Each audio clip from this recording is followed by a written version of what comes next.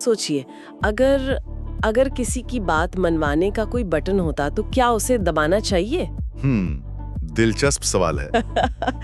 आज हम इंसानी फैसलों और बर्ताव को कैसे प्रभावित किया जाता है उसके कुछ छुपे हुए तरीकों पर बात करने वाले हैं। हाँ, ये समझना बहुत जरूरी है आजकल। हमारा आज का विषय है लोगों को प्रभावित करने के तरीके। कुछ लोग इसे मैनिपुलेशन की कला भी कहते हैं। हाँ, ये शब्द थोड़ा नेगेटिव लगता है, मैनिपुलेशन। बिल्कुल, और इसीलिए साफ कर दूं कि हमारा मकसद किसी को चालाकी सिखाना नहीं है, बिल्कुल नहीं। नहीं, बल्कि हम इस पूरी प्रक्रिया को समझना चाहते हैं ताकि हम खुद इसके शिकार ना बने, और अगर हमें किसी को प्रभावित करना ही पड़े तो वो तरीका नैतिक हो, सही हो। बिल्कुल, जानना जरूरी है। और हमारी ये बातचीत आधारित है स्रोत सामग्री the art of manipulation and ethical influence के कुछ खास हिस्सों पर। हाँ, उसी के आधार पर हम बात करेंगे। तो आज हम क्या समझने की कोशिश करेंगे? पहले तो ये प्रभाव या मैनिपुलेशन आखिर है क्या, फिर इसमें सही और गलत वो डार्क और लाइट पहलू क्या है। हाँ, ये फर्क बहुत जरूरी है। कौन से मनोवैज्ञानिक तरीके इस्तेमाल होते हैं, असल जिंदगी में ये कैसे दिखते हैं, और सबसे जरूरी हम खुद को कैसे बचाएं और सही तरीके से प्रभावशाली कैसे बने। हाँ, ये सारे पहलू कवर करेंगे। आज की दुनिया में जहाँ इतनी जानकारी है, इतने ओपिनियंस हैं हर तरफ से। हाँ, हर तरफ से, तो ये समझना और भी जरूरी हो गया है कि कौन हमें कैसे प्रभावित करने की कोशिश कर रहा है। कई बार तो पता भी नहीं चलता, बहुत सूक्ष्म होता है। सही का। इन तरीकों को पहचानना ही मैं कहूँगा अपनी सोच और फैसलों पर काबू पाने का पहला कदम है। बिल्कुल सही। तो फिर शुरुआत यहीं से करते हैं। ये मैनिपुलेशन या प्रभाव आखिर है क्या भला? क्या ये सिर्फ झूठ बोलना है या कुछ और? देखिए, सिर्फ झूठ बोलना नहीं कह सकते, हालांकि वो इसका हिस्सा हो सकता है, बिल्कुल। अच्छा। असल में ये किसी को इस तरह से प्रभावित करने की कोशिश है कि वो वैसा सोचे या करे जैसा आप चाहते हैं। और कई बार तो उसे पता भी नहीं चलता कि उसे प्रभावित किया जा रहा है, या वो शायद करना भी ना चाहता हो। ओहो। यहीं पर वो डार्क और लाइट का फर्क समझना बहुत जरूरी हो जाता है। डार्क और लाइट, आप कह रहे हैं अच्छा और बुरा प्रभाव? हाँ, मोटे तौर पर कह सकते हैं। डार्क मैनिपुलेशन वो है जहाँ इरादा सिर्फ अपना फायदा देखना होता है, सामने वाले की परवाह किए बिना। उसका नुकसान हो जाए तो भी चलेगा? बिल्कुल, उसे नुकसान हो, बुरा लगे, गिल्ट महसूस हो, मैनिपुलेटर को इसे फर्क नहीं पड़ता। वो बस अपना मतलब साधना चाहता है। कोई उदाहरण? जैसे कोई टॉक्सिक रिलेशनशिप ले लीजिए। एक पार्टनर दूसरे को इमोशनली ब्लैकमेल करे अपनी बात मनवाने के लिए, या कोई बॉस अपने कर्मचारी का शोषण करे। ये सब डार्क साइड है। समझ गए। और फिर लाइट साइड? दूसरी तरफ है लाइट, या जिसे हम नैतिक प्रभाव कहेंगे। अच्छा। यहाँ नियत अच्छी होती है। अच्छा। कोशिश होती है कि दोनों का फायदा हो, एक विन विन सिचुएशन बने। विन विन दोनों की जीत। हाँ, दोनों की जीत। जैसे माँ बाप बच्चे को पढ़ाई के लिए समझाते हैं, मोटिवेट करते हैं, या एक अच्छा लीडर अपनी टीम को बेहतर काम करने के लिए प्रेरित करता है। लक्ष्य क्या है? सबका भला। तो आज हम इन दोनों को समझेंगे ताकि गलत से बच सकें और सही को अपना सकें। ये फर्क समझना तो वाकई बहुत जरूरी लगा मुझे। तो फिर वो कौन से मनोवैज्ञानिक हथियार हैं या कहूँ टूल्स हैं जिनका इस्तेमाल लोग जाने अनजाने में करते हैं? स्रोत सामग्री में कुछ खास तरीकों का जिक्र है ना? हाँ बिल्कुल, कई तरीके हैं, लेकिन हम 5 बहुत आम तरीकों पर बात करेंगे। इन्हें समझ लिया तो समझिए कि आपने अपनी जागरूकता की ढाल का पहला हिस्सा तैयार कर लिया। अच्छा, तो पहला कौन सा है? पहला है रेसिप्रोसिटी। रेसिप्रोसिटी? हाँ, इसे आप एहसान तले दबाने का सिद्धांत समझ सकते हैं, या लेन देन का फंदा। एहसान तले दबाना जैसे कोई हमारे लिए कुछ करे तो हमें लगता है कि हमें भी उसके लिए कुछ करना चाहिए, वो वाली भावना? बिल्कुल, ये हमारी फितरत में है। कोई हमें तोहफा दे, हमारी मदद करे, तो हम खुद को थोड़ा कर्जदार महसूस करते हैं। ये एक सामाजिक गोंद की तरह भी काम करता है। हाँ, ये तो होता है। अब देखिए, इसका गलत इस्तेमाल कैसे होता है। कोई सेल्समैन आपको बेवजह एक महंगा पेन गिफ्ट कर दे या मुफ्त कॉफी पिलाए। अब आप पर अनजाने में दबाव बन जाता है कि कम से कम उसकी बात तो सुनी लें, चाहे आपको उस चीज की जरूरत हो या ना हो। ये एक अदृश्य कर्ज बना देता है। हाँ, ये एहसास तो होता है कि भाई उसने इतना किया तो सुन तो लेते हैं। एग्जैक्टली। लेकिन इसका अच्छा पहलू भी है। वो क्या है? इसका सकारात्मक इस्तेमाल आपसी सहयोग बढ़ाता है। जैसे आपने ऑफिस में किसी साथी की मदद की, कल को जब आपको जरूरत पड़ेगी तो संभावना है कि वो भी आपकी मदद करेगा। ये एक स्वस्थ लेन देन है जो रिश्तों को मजबूत करता है। हाँ, ये तो अच्छी बात है। यहाँ नियत मदद करने की है, फायदा उठाने की नहीं। ये फर्क है। तो बचाव क्या है इसका? कैसे समझें कि ये गिफ्ट है या फंदा? बस थोड़ा रुक कर सोचें, खुद से पूछें, क्या मुझे वाकई ये चीज चाहिए या मैं सिर्फ इसलिए हाँ कह रही हूं क्योंकि मुझे कुछ मुफ्त मिला है? या क्या ये मदद सच्ची है या इसके पीछे कोई उम्मीद छिपी है? मतलब इरादा समझना जरूरी है। बिल्कुल, थोड़ी सी जागरूकता आपको इस एहसान के फंदे से बचा सकती है। ठीक है, ये हुआ पहला रेसिप्रोसिटी। दूसरा तरीका कौन सा है? दूसरा है सोशल प्रूफ। Social proof. हाँ, यानी भेड़ चाल का फंदा। हम इंसानों में ये प्रवृत्ति होती है कि हम दूसरों को देखकर काम करते हैं। अगर बहुत सारे लोग कुछ कर रहे हैं तो हमें लगता है कि वो सही होगा। हाँ, ये तो बहुत होता है। जैसे सड़क पर अगर सब एक तरफ देख रहे हो तो हम भी गर्दन घुमा के देखने लगते हैं कि क्या हो रहा है। वही बात है, बिल्कुल। इसका गलत इस्तेमाल देखिए। कोई कहे, अरे सब लोग ऐसा ही कर रहे हैं, तुम क्यों अलग बन रहे हो? हाँ, ये सुनने को मिलता है। या कोई नेता भारी भीड़ दिखाकर दावा करे कि पूरी जनता उसके साथ है। ये आपको सोचने पर मजबूर करता है कि शायद आप ही गलत हैं। अकेला महसूस कराता है। और इसका सही इस्तेमाल? सही इस्तेमाल जानकारी देने के लिए हो सकता है। जैसे किसी रेस्टोरेंट के बाहर लंबी लाइन देखकर अंदाजा लगाना कि शायद यहाँ खाना अच्छा मिलता होगा। हाँ, ये तो करते हैं हम। या किसी ऑनलाइन कोर्स के बारे में पढ़ना कि हजारों छात्र इससे फायदा उठा चुके हैं। अगर ये जानकारी सच्ची है, फैक्ट्स पर आधारित है, तो ये फैसला लेने में मददगार हो सकती है। तो यहाँ बचाव का मंत्र क्या है? कि भीड़ के साथ बहने से पहले रुक कर सोचना। एकदम सही। खुद से पूछिए, क्या ये मेरे लिए व्यक्तिगत रूप से सही है या मैं सिर्फ इसलिए कर रही हूँ क्योंकि बाकी सब कर रहे हैं? अपनी सोच को भीड़ की सोच से अलग रखना जरूरी है। थोड़ी आलोचनात्मक सोच। ठीक है। तीसरा तरीका कौन सा है जिससे लोग प्रभावित करते हैं? तीसरा है स्कार्सिटी। स्कार्सिटी, कमी। हाँ, यानी कमी का फंदा। जो चीज कम होती है या जिसके खत्म होने का डर होता है, उसकी कीमत, उसका महत्व हमारी नजरों में बढ़ जाता है। अरे हाँ, लिमिटेड टाइम ऑफर, सिर्फ 2 सीटें बची हैं, आज आखिरी दिन, ये सब। बिल्कुल बिल्कुल भाई, ये एक डर पैदा करता है कि अगर अभी फैसला नहीं लिया तो मौका हाथ से निकल जाएगा, आप चूक जाएंगे। FOMO, fear of missing out. हाँ वही, ये तात्कालिकता बनाकर सोचने का वक्त छीन लिया जाता है। ये इसका डार्क साइड है जो अक्सर जल्दबाजी में गलत फैसले करवा देता है। लेकिन क्या इसका कोई पॉजिटिव इस्तेमाल भी है? जैसे? हाँ, हो सकता है। जैसे किसी वर्कशॉप या इवेंट के लिए अर्ली बर्ड डिस्काउंट देना। अच्छा, हाँ। ये लोगों को जल्दी रजिस्टर करने के लिए प्रोत्साहित करता है, जिससे आयोजकों को प्लानिंग में मदद मिलती है। यहाँ जानकारी पारदर्शी होती है और फायदा दोनों तरफ हो सकता है अगर ये ईमानदारी से किया जाए। तो यहाँ खुद से क्या पूछना चाहिए? क्या मुझे इसकी वाकई जरूरत है या मैं सिर्फ इसे खोने की डर से ले रही हूँ? बिल्कुल, क्या ये जरूरत है या सिर्फ डर? अगर जरूरत है तो ठीक है, लेकिन अगर सिर्फ डर है तो रुक जाइए। मैनिपुलेटर आपके इसी डर का फायदा उठाना चाहता है। ये तीसरा हो गया। चौथा तरीका, मुझे लगता है ये वो है जो हम सब शायद महसूस करते हैं रोजमर्रा में। हाँ, शायद। चौथा है लाइकिंग एंड एफिनिटी। लाइकिंग, पसंद करना। हाँ, यानी पसंद का फंदा। सीधी सी बात है, हम उन लोगों की बात ज्यादा आसानी से मान लेते हैं जिन्हें हम पसंद करते हैं। हाँ। या जो हमें अपने जैसे लगते हैं। हाँ। या फिर जो हमारी तारीफ करते हैं। मतलब अगर कोई हमारी तारीफ करे तो हम पिघल जाते हैं, मक्खन लगाना जिसे कहते हैं। अक्सर। हाँ, इसका गलत इस्तेमाल देखिए। कोई सेल्समैन आपकी झूठी तारीफ करे, आपकी पसंद तो कमाल की है, या आपसे कोई ऐसी समानता दिखाए जो शायद हो ही ना। अरे आप भी उसी शहर से हैं, क्या बात है। मकसद होता है आपको सहज महसूस कराना, एक कनेक्शन बनाना, ताकि आप उसकी बात मान लें। समझ गई। और इसका अच्छा पहलू है असली रिश्ते बनाना। जब आप नेटवर्किंग करते हैं या किसी से मिलते हैं और सच में ईमानदारी से उसमें दिलचस्पी दिखाते हैं, उसकी बात सुनते हैं, तो एक स्वाभाविक पसंदगी पैदा होती है। हाँ, वो तो ऑर्गेनिक होता है। हाँ बिल्कुल, ये रिश्ते आगे चलकर काम आते हैं क्योंकि वो भरोसे पर बने होते हैं, चालाकी पर नहीं।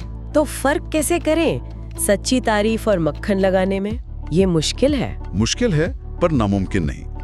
अपनी गट फीलिंग पर ध्यान दें। अगर तारीफ जरूरत से ज्यादा या बनावटी लगे तो सतर्क हो जाएं। सोचें कि तारीफ करने वाले का मकसद क्या हो सकता है। क्या वो कुछ बेचना चाह रहा है या कोई फेवर चाह रहा है? थोड़ा जासूस बनना पड़ेगा। हाँ, थोड़ा सा। और आखिरी पांचवा तरीका? पांचवा है अथॉरिटी, मतलब अधिकार। हाँ, यानी अधिकार या विशेषज्ञता का फंदा। हम उन लोगों की बात पर ज्यादा भरोसा करते हैं जो किसी अधिकार के पद पर होते हैं, जैसे पुलिस, जज, बॉस। या जिन्हें विशेषज्ञ माना जाता है, जैसे डॉक्टर, प्रोफेसर, कोई ज्ञानी व्यक्ति। उनकी कही बात को हम अक्सर बिना ज्यादा सोचे समझे सही मान लेते हैं। हाँ, मान लेते हैं कि इन्हें तो पता ही होगा। बिल्कुल, और ये खतरनाक हो सकता है अगर वो अथॉरिटी गलत हो या उसका गलत इरादे से इस्तेमाल किया जाए। जैसे किसी एक्टर को डॉक्टर का कोट पहनाकर किसी हेल्थ प्रोडक्ट का विज्ञापन करवाना। ओहो, हाँ, ये तो बहुत होता है। लोग एक्टर को डॉक्टर समझकर भरोसा कर लेते हैं, या ऑफिस में बॉस अपने पद का रौब दिखाकर कोई गलत काम करने का दबाव डाले। ये अथॉरिटी का दुरुपयोग है। और इसका सही इस्तेमाल? सही इस्तेमाल तो स्पष्ट है और जरूरी भी। जब हम बीमार होते हैं तो डॉक्टर की सलाह मानते हैं। हाँ। कानूनी सलाह के लिए वकील के पास जाते हैं। ये सही है क्योंकि वो अपने क्षेत्र के विशेषज्ञ हैं और हम उनकी विशेषज्ञता का लाभ उठाते हैं। यहाँ अथॉरिटी लेजिटिमेट है। तो यहाँ बचाव है सवाल पूछना कि क्या ये सच में एक्सपर्ट है या सिर्फ पद या पोशाक से प्रभावित न होना। हाँ बिल्कुल, पूछिए, क्या ये व्यक्ति वाकई इस विषय का विशेषज्ञ है? क्या इनकी बात में तर्क है? क्या इनका कोई अपना इंटरेस्ट तो नहीं है? क्या कोई और नजरिया भी हो सकता है? विवेक का इस्तेमाल जरूरी है। सिर्फ इसलिए मत मान लीजिए क्योंकि किसी ने सूट पहना है या उसके नाम के आगे डॉक्टर लिखा है।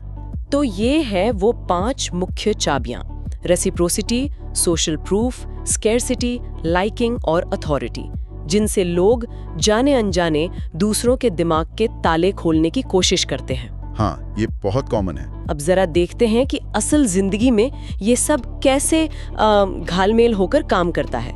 स्रोत सामग्री में कुछ उदाहरण थे, है ना, रियल लाइफ सिचुएशंस के। हाँ, कुछ दिलचस्प स्थितियां बनती हैं। जैसे एक टॉक्सिक रिश्ते का उदाहरण लें। मान लीजिए प्रियंका का बॉयफ्रेंड अक्सर कहता है, तुम्हारे अलावा मुझे कोई समझ ही नहीं सकता। ये क्या है? स्कार्सिटी। मैं ही एक हूं जो तुम्हें समझता हूं। और फिर कहता है, मैं तुमसे इतना प्यार करता हूं, तुम मेरी इतनी सी बात नहीं मान सकती। ओह, ये तो गिल्ट ट्रिप है। हाँ, लाइकिंग और गिल्ट का इस्तेमाल। यहाँ मकसद साफ तौर पर कंट्रोल करना है। ये क्लासिक डार्क मैनिपुलेशन है। बहुत दुखद। अच्छा, एक सेल्स वाली सिचुएशन देखते हैं। मान लीजिए राहुल कार खरीदने गया। ठीक है। सेल्समैन ने उसे चाय पिलाई। रेसिप्रोसिटी। हाँ, बच्चों की तारीफ की। लाइकिंग। कहा ये डिस्काउंट सिर्फ आज के लिए है। स्कार्सिटी। और दिखाया कि इस मॉडल की बहुत डिमांड है, देखिए पिछले महीने कितनी बिकी। Social proof. वाह, सारे इस्तेमाल हो गए। हाँ, अब यहाँ देखिए, कई उपकरणों का इस्तेमाल हुआ है। अगर सेल्समैन ने ईमानदारी से जानकारी दी है, फैक्ट सही है और कोई झूठा दबाव नहीं बनाया, तो इसे स्मार्ट सेल्स टेक्निक कहा जा सकता है। अच्छा। हाँ, जो शायद नैतिक दायरे में हो। उसने ग्राहक को सहज किया, थोड़ी तात्कालिकता बताई, प्रोडक्ट की लोकप्रियता दिखाई। लेकिन अगर यहीं पर झूठ होता या बहुत ज्यादा दबाव होता तो ये डार्क साइड में चला जाता। नियत और पारदर्शिता बहुत मायने रखती है। ये लाइन बहुत पतली है। बहुत पतली है। और ऑफिस पॉलिटिक्स में इसका कैसा रूप दिखता है? मान लीजिए कोई सहकर्मी आपसे कहता है, अरे यार, रिपोर्ट पर इतनी मेहनत क्यों कर रहे हो, यहाँ सब बस काम चलाओ बनाकर दे देते हैं। हाँ, ऐसा होता है। ये सोशल प्रूफ का नकारात्मक इस्तेमाल है। सब ऐसा करते हैं। शायद वो चाहता है कि आप भी कम मेहनत करें ताकि वो तुलना में अच्छा दिखे, या शायद वो आपकी मेहनत से इनसिक्योर महसूस कर रहा हो। ये उदाहरण तो दिखाते हैं कि ये तकनीकें कितनी आम हैं। हम शायद रोज ही इनका सामना करते हैं। बिल्कुल, जाने अनजाने। तो सबसे बड़ा सवाल, इनसे खुद को बचाएं कैसे? क्या कोई जादू की छड़ी है? जादू की छड़ी तो नहीं है, लेकिन एक ढाल जरूर है। ढाल? हाँ, और वो है जागरूकता, अवेयरनेस। जागरूकता? हाँ, अगर आप जानते हैं कि ये तरीके कैसे काम करते हैं तो आप उन्हें पहचान सकते हैं, और पहचानना ही बचाव का पहला और सबसे जरूरी कदम है। और कोई ठोस कदम पहचानने के अलावा? हाँ, कुछ बहुत कारगर युक्तियां हैं जो रोजमर्रा में काम आ सकते हैं। बताइए। पहला, अपनी गट फीलिंग पर भरोसा करें, अंदर की आवाज। अगर कुछ अटपटा लगे, दिल में खटके, कुछ ठीक ना लगे, तो उसे नजरअंदाज ना करें, रुकें, सोचें कि क्यों अटपटा लग रहा है। गट फीलिंग्स अक्सर सही होती हैं। हाँ। दूसरा, समय मांगे। फैसला लेने में जल्दबाजी ना करें, खासकर जब दबाव महसूस हो रहा हो। स्कार्सिटी टैक्टिक का यही तोड़ है। बस कहें, मैं इस पर सोचकर बताती हूँ, या मुझे थोड़ा टाइम चाहिए। ये तो आसान है और बहुत असरदार। ये आपको सोचने का और मैनिपुलेशन के असर से बाहर निकलने का मौका देता है। तीसरा, सवाल पूछें, खूब सवाल पूछें। जैसे? क्यों, कैसे, क्या सबूत है, ये ऑफर आज ही क्यों वैलिड है, ये डेटा कहां से आया, विवरण मांगे। सवाल पूछने से हवा साफ होती है और अक्सर सामने वाले के इरादे भी। सही बात है। और चौथा, सबसे जरूरी शायद, ना कहना सीखें। ओह, ये मुश्किल है कई लोगों के लिए। मुश्किल है लेकिन सुपर पावर है। बिना अपराध बोध के शालीनता से ना कहना सीखें। आपकी हाँ आपकी मर्जी होनी चाहिए, मजबूरी या दबाव नहीं। वाह, मतलब अपने दिमाग के किले के दरवाजे पर एक गार्ड बिठाना जरूरी है। हाँ, जो हर आने वाले को जांचे परखे। ये जागरूकता ही वो गार्ड है, और ये सवाल पूछना, समय मांगना, ना कहना, ये उसके हथियार है। बिल्कुल सही कहा। ये जानना कि ये तरीके मौजूद हैं और ये हथियार इस्तेमाल करना आपको इनसे काफी हद तक सुरक्षित कर देता है। ठीक है, अब तक हमने ज्यादातर बचाव की बात की, डार्क साइड से बचने की, लेकिन सिक्के का दूसरा पहलू भी है, नैतिक प्रभाव। क्या ये संभव है कि हम दूसरों को प्रभावित करें, लेकिन सही तरीके से, बिना मैनिपुलेशन के? हाँ, बिल्कुल संभव है, और मेरे हिसाब से यही तो असली कला है। असली कला? हाँ, नैतिक प्रभाव मैनिपुलेशन नहीं है। ये चालाकी नहीं बल्कि समझदारी और सबसे बढ़कर अच्छे इरादों पर आधारित है। ये तकनीकों से ज्यादा मूल्यों पर टिका है। कौन से मूल्य? क्या है वो सिद्धांत? कुछ मुख्य बातें हैं। पहला, असली कनेक्शन बनाना, लोगों में सच्ची दिलचस्पी लेना, उनकी बात ध्यान से सुनना, उन्हें समझना, फेक नहीं, असली। दूसरा, वैल्यू देना, पहले कुछ दें, मदद, जानकारी, समय, सराहना, बिना तुरंत कुछ वापस पाने की उम्मीद के, रेसिप्रोसिटी का सही इस्तेमाल। अच्छा। तीसरा, विश्वास बनाना, जो कहें वो करें, वादे निभाएं, भरोसेमंद बने। विश्वास बनने में समय लगता है, टूट जल्दी जाता है, पर यही सबसे मजबूत नींव है किसी भी प्रभाव की। सही। और चौथा, हमेशा विन विन की सोच रखना, ऐसा समाधान ढूंढने जिससे आपका भी फायदा हो और सामने वाले का भी, सिर्फ अपना फायदा नहीं देखना। तो ये सुनने में ज्यादा टिकाऊ और सम्मानजनक लगता है, मैनिपुलेशन जैसा नहीं। बिल्कुल, क्योंकि ये है ही टिकाऊ और सम्मानजनक। जब आप इन सिद्धांतों पर चलते हैं तो आपको ट्रिक्स या फंदों की जरूरत नहीं पड़ती। लोग आपकी ईमानदारी और नियत देखकर खुद आपसे जुड़ना चाहते हैं, आपकी बात सुनना चाहते हैं, आपकी मदद करना चाहते हैं। ये वो प्रभाव है जो लंबे समय तक रहता है और अच्छे स्वस्थ रिश्ते बनाता है। मेरे हिसाब से यही असली शक्ति है। तो आज हमने काफी कुछ समझा, एक पूरी यात्रा की तरह था। हमने जाना कि मैनिपुलेशन क्या है, इसके पीछे के मनोविज्ञान को समझा, वो 5 उपकरण, reciprocity, social proof, scarcity, liking और अथॉरिटी। हाँ, बिल्कुल। हमने देखा कि इनसे कैसे बचा जाए, अपनी जागरूकता की ढाल कैसे मजबूत की जाए, और सबसे अहम, हमने नैतिक प्रभाव की ताकत को पहचाना, जो विश्वास, सम्मान और आपसी फायदे पर आधारित है। हाँ, और ये सिर्फ सुनने या जानने की बात नहीं है। मैं तो कहूंगा कि इसे अपनी रोजमर्रा की जिंदगी में देखने की कोशिश करें। कहाँ पर? हर जगह, विज्ञापनों में, दोस्तों की बातचीत में, काम की जगह पर, सोशल मीडिया पर। ध्यान दें कि कौन कब कौन सा तरीका इस्तेमाल कर रहा है। ये जागरूकता आपको ज्यादा सचेत और सशक्त बनाएगी। आप बेहतर फैसले ले पाएंगे। बिल्कुल। और हम फिर याद दिला दें कि हमारी इस गहरी पड़ताल का आधार स्रोत सामग्री the art of manipulation and ethical influence थे, कि कुछ अंश थे जिन्होंने हमें ये बारीकियां समझने में मदद की। हाँ, बिल्कुल। और अंत में मैं सभी सुनने वालों के लिए एक सवाल छोड़ना चाहूंगा, जिस पर वो शायद थोड़ा सोच विचार कर सकें। जरूर। ये सवाल स्रोत सामग्री के विचारों से ही उपजा है, खासकर नैतिक प्रभाव वाले हिस्से से। जब हम दूसरों को प्रभावित करने की कोशिश करते हैं, चाहे वो घर में हो, काम पर या समाज में, तो हम अपनी नियत, इंटेंशन और अपने तरीके, मेथड के बीच की उस महीन रेखा को कैसे पहचानें और कैसे बनाए रखें। हम कैसे सुनिश्चित करें कि हमारा प्रभाव हमेशा नैतिक, एथिकल ही रहे और अनजाने में भी डार्क मैनिपुलेशन की तरफ ना झुक जाए। ये आत्मचिंतन जरूरी है। ये वाकई सोचने वाला सवाल है। अपनी नियत और तरीकों पर लगातार नजर रखना। इस महत्वपूर्ण और अहम चर्चा में हमारे साथ रहने के लिए आप सबका बहुत शुक्रिया। उम्मीद है आज की बातचीत आपके काम आएगी। शुक्रिया।